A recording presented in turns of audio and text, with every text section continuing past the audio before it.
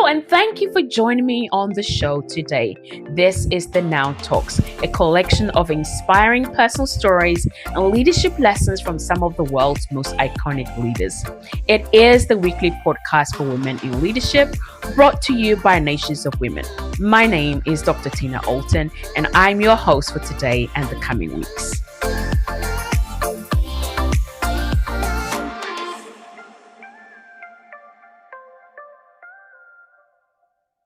I think it's fair to say that most of us have, at some point in our lives, started a whole new year without necessarily stopping to actually honestly look at the year that we were leaving behind.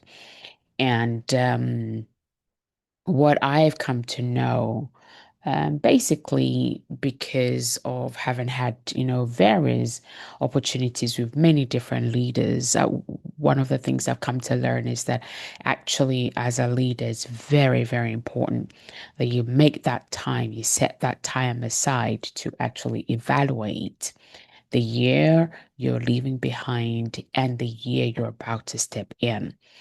And part of this, evaluation really isn't to be emotional or to be harsh or be defensive, but actually to just help me as a leader to fine tune some of the things that could have been done better and also identify for me personally, anyway, my growth gaps. Where are the gaps that I can grow as a leader? So this month we've been looking at the reset to retreat, to reset framework. And the idea is same way you would normally service your car, not because your car is broken, but because you want your car to last you for a long time. You want to maintain the car, you want to maintain the efficiency of the car, whether it's fuel or the air condition, doesn't matter. But the servicing of your car helps you to catch perhaps things that maybe wear and tear or things that needs to be refreshed, perhaps like the oil, for example, or the water. For example, that's the whole point and purpose for us as well to do the retreat for ourselves as a leader. And what do I mean by retreat? Um, that was the first episode we looked at last week, because for us to reset very well, we need to retreat. So that's the first step you do in the reset framework, is that you have to be able to retreat yourself and then begin that process of, okay, I need to reset myself from this year and I need to reset for the year ahead. So first thing, like I said, is retreat. Second step is evaluate, which is what we're going to look at today. Then next week, we're going to be looking at setting direction. The week after that, how do we establish a plan? And then finally, how do we take, steps basically towards this reset that we have? So I have already mentioned earlier on, today's conversation is not really about motivating you. It's more or less about, having some reality about us, having some reality in terms of where we're at, where we're going, and what's in between. And when we handle that well, it actually helps us to, then find the strength, find that inner motivation, find that inner inspiration to actually do better and be better. So, evaluation is actually your bridge between the experience you've had and the wisdom you've had, or the wisdom that you need. Put it either way, that's what evaluation helps you to achieve. It's your bridge between the experience and the wisdom. The experience alone is not going to grow you, isn't going to help you to grow, although it doesn't mean that you get nothing out of it at all. But the best part is that it's like time alone doesn't mature anything, right? Because we all go through change, we all grow whether we like it or not. But when you take time to nurture, if you think of it like a baby, if you take time to nurture that baby, then each step of their developmental stage is is much more healthier. Same way, activities alone does not necessarily qualify you to be anything, but it's, what are you learning from it? What are you doing with those learnings? What are you doing with those experiences? Um, that's what really counts. And only reflection, um, how do I put this in a in a kind of way? If you don't slow down to assess where you are at, if you don't slow down to assess what worked, what didn't work, what changed you, or what took away from you, then ultimately, I'm sorry to say, you can have and carry some really serious blind spots into the next season. And blind spots, by the way, are very expensive in leadership, super expensive in leadership. So the first principle, or the reset principle, within the framework that we've set, is evaluation. Evaluation. And evaluation is an honest appraisal of your decisions, your habits, your leadership posture, your energy management. You might say time management, but it's how you're managing your energy, and the directions that you've been taking, or the direction in which you're headed in. It's not, and I mean this, it is absolutely not self-criticism, because resetting and evaluating helps you to lead yourself better. Because after all, the truth is, leadership starts with yourself, and you're going to be the hardest person to lead. So you have to learn how to lead yourself. And self-leadership requires that you're able to evaluate some of these things.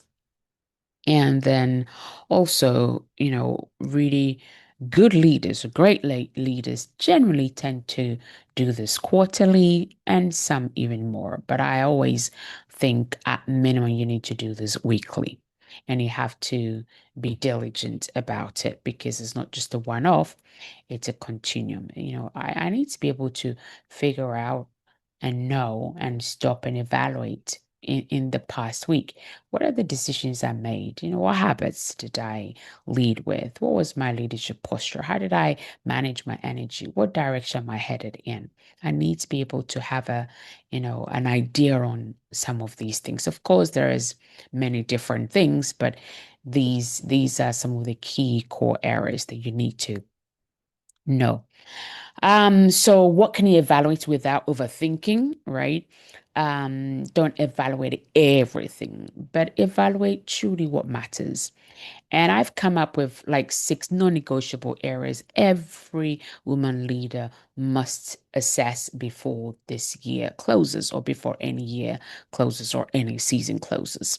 And number one is mindset. You've got to ask yourself, which thinking patterns help me to move forward? And which ones held me back? Where did you hold fear, maybe hesitation, or self-doubt led to the decisions that you made? Let me put it this way again. Ask yourself, which thinking patterns helped me to move forward? Which ones held me back? And where did fear, hesitation, or self-doubt make those decisions for me? Your mindset would usually write more or less, the year that follows. Your mindset is a big, big, big part in how your life pans out. Number two, your emotional maturity. Sometimes we might think of it as EQ, right? Emotional intelligence. Now, write this down. These are some questions you can ask yourself. How did I respond under pressure? Did I react, or did I actually take that time to pause, reflect, and respond? Again, we've already made there's an episode on that on how to make really good sound decisions. So you might want to check that out. Question number three is, where did my emotions cloud my judgment? Because to be a leader requires that you have a very strong and wide emotional range, right? And not emotional control based on your circumstances. You have to have a very wide and long range as far as your emotions are concerned as a leader. Number three, or area number three, I talked about having six non-negotiable areas for your evaluation. So point number three is your energy and your well-being, or your time and your well-being. So again, I've got some questions for you to write down and then evaluate these questions. Question number one, what drained you consistently? Where did you neglect your rest? Where did you neglect perhaps your health? Or where did you neglect to actually pay attention to the rhythm in which you're in? And particularly as women, because our body is wired in a specific way. So sometimes physiologically, you may not necessarily be at your best. How did you manage yourself? How did you manage your time, your energy during those periods within the month? And the third question under this section is, what systems actually helped you to protect your time, your energy, your focus, your efforts, right? And that in another way to put it is, what boundaries did I put in place that helped me? And what boundaries did I actually not have in place that didn't help me? Because the truth is, when somebody gets burnt out, it's rarely just so something that suddenly happened like that. No, it's usually, a process. It's like a water tap that is not, when you turn the tap off, the tap is off, but it's still dripping, trickling, bit by bit by bit. If you put a bucket underneath it, eventually the bucket will be full. Same with burnout. It's trickling bit by bit by bit by bit by bit. Habits that are not good for you, or a lack of complete boundaries can actually lead to burnout as well. So it's usually, a combination or one or more of these that is unexamined. Area number four is your focus and direction. Again, I wanted to write this down. Question one, did I stay aligned to what truly mattered? What did I say yes to that actually reduced your ability to be effective or efficient as a leader? And this one is always a good one, although it's hard, but I think it's important as leaders to actually be brave enough to face some of these things. And this question is, what did you avoid that you should have faced? Because sometimes, frankly, it's easier to avoid certain things than actually, face it head on. But the truth is, as a leader, you can't put your head in the sand. Okay, so that's the third question. What did you avoid that actually, perhaps in hindsight, you should have faced? Area number five is your relationships. And the questions that you can sit and evaluate as you're resetting is, which relationships strengthened you? Which ones actually required you to have boundaries in place?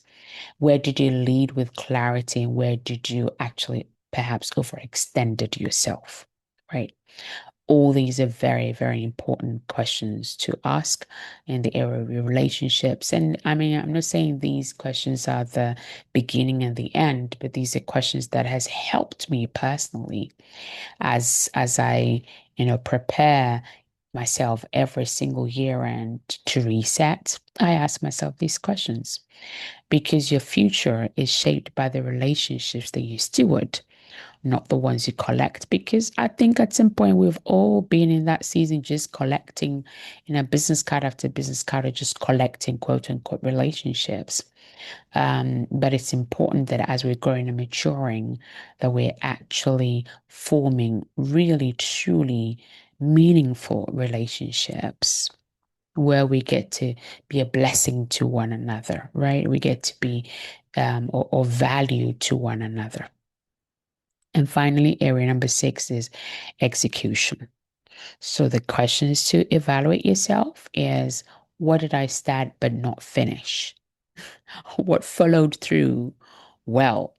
What did I follow through well? And this is so important because you'd find that as you do this evaluation, you might actually find that there was a number of things you started that you actually didn't finish, didn't follow through. And then this other third question is what lacked structure. So again, it could be started something that was really great, excitable, but there was no structure to it. There's no plan. And failing to plan is planning to fail. So what did you do that actually didn't have any structure to it? Very, very important. And what you're looking for is incomplete execution. That's kind of like the signal you're looking for. And it's not necessarily a flaw, but it's a good signal that can help you to reset for the year that is ahead. So how are you going to do that? Just take 30 minutes, perhaps a little bit more, but no more. And then, take a piece of paper or your notebook or your journal, split into three columns. Stop is column one on the left, the middle column is strength, and the right-hand column is shift. So the three S's, what must stop? What should not follow me into the new year? What do I need to stop right now? Okay. The middle column is what worked and what do I need, what actually deserves me to be invested in. So things that worked well, but perhaps maybe you needed to give it more time, or it actually generally takes time. What do you need to strengthen? Those are the things you want to be invested in, investing your time, your resources, yourself, whatever it is. But what do I need to strengthen in my leadership? And then the final last column is shift. What needs a different approach? Because if you're doing something and you don't quite take the time to evaluate, because it might be a great idea, but it's really challenging to get it off, to get a lift off, then perhaps it might need a new approach. So that's something you want to do is the three S's, sit down and the insights that you gain from these columns um, is really going to be helpful to you. Okay. And also very, very important key is that as you're evaluating how you've been as a leader and how you've been leading yourself, that's what helps you to actually become mature. And when you're doing this, remember though that you don't want to be blaming circumstances. You don't want to kind of like avoid discomfort. You don't want to just, I gotta do this, I gotta do, and nothing changes because the truth is nothing will change if nothing changes. So as a leader, when you're doing this evaluation, you must tell yourself the truth. Truth is, maybe you're lazy, maybe you're didn't pause to reflect before you answered the question, and you were perhaps reactive. I don't know.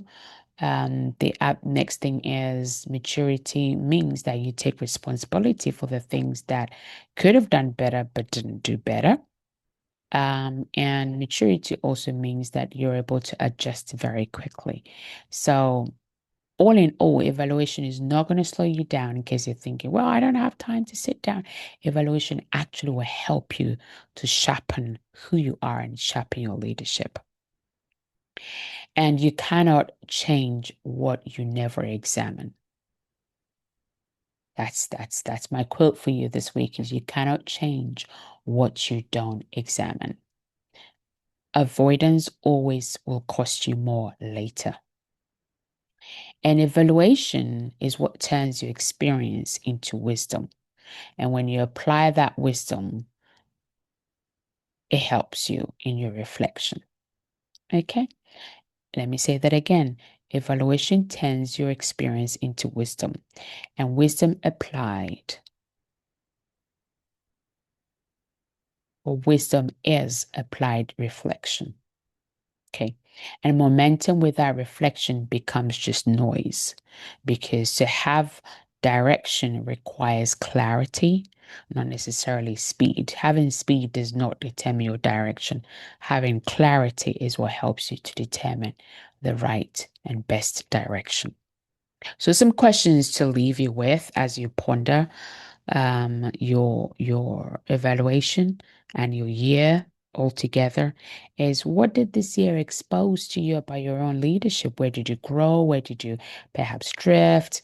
What do you need to change? And um, not necessarily, oh, eventually I'm going to change that. Like in 3,000 years, I'm going to change that. No, right now, what do you need to change? Write those down.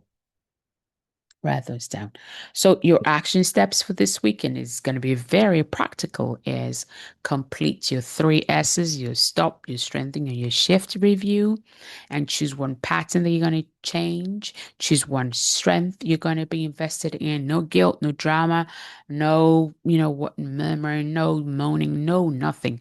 Just clarity. Give yourself the opportunity to gain that clarity.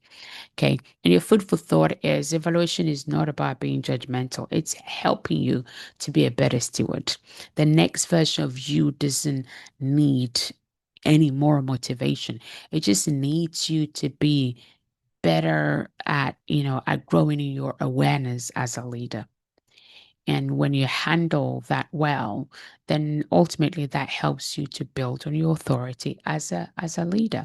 So next week we're going to move again within the reset framework, and we're going to set direction, how you enter the new year with clarity and not confusion. So until then, stay grounded, stay honest, and stay bold.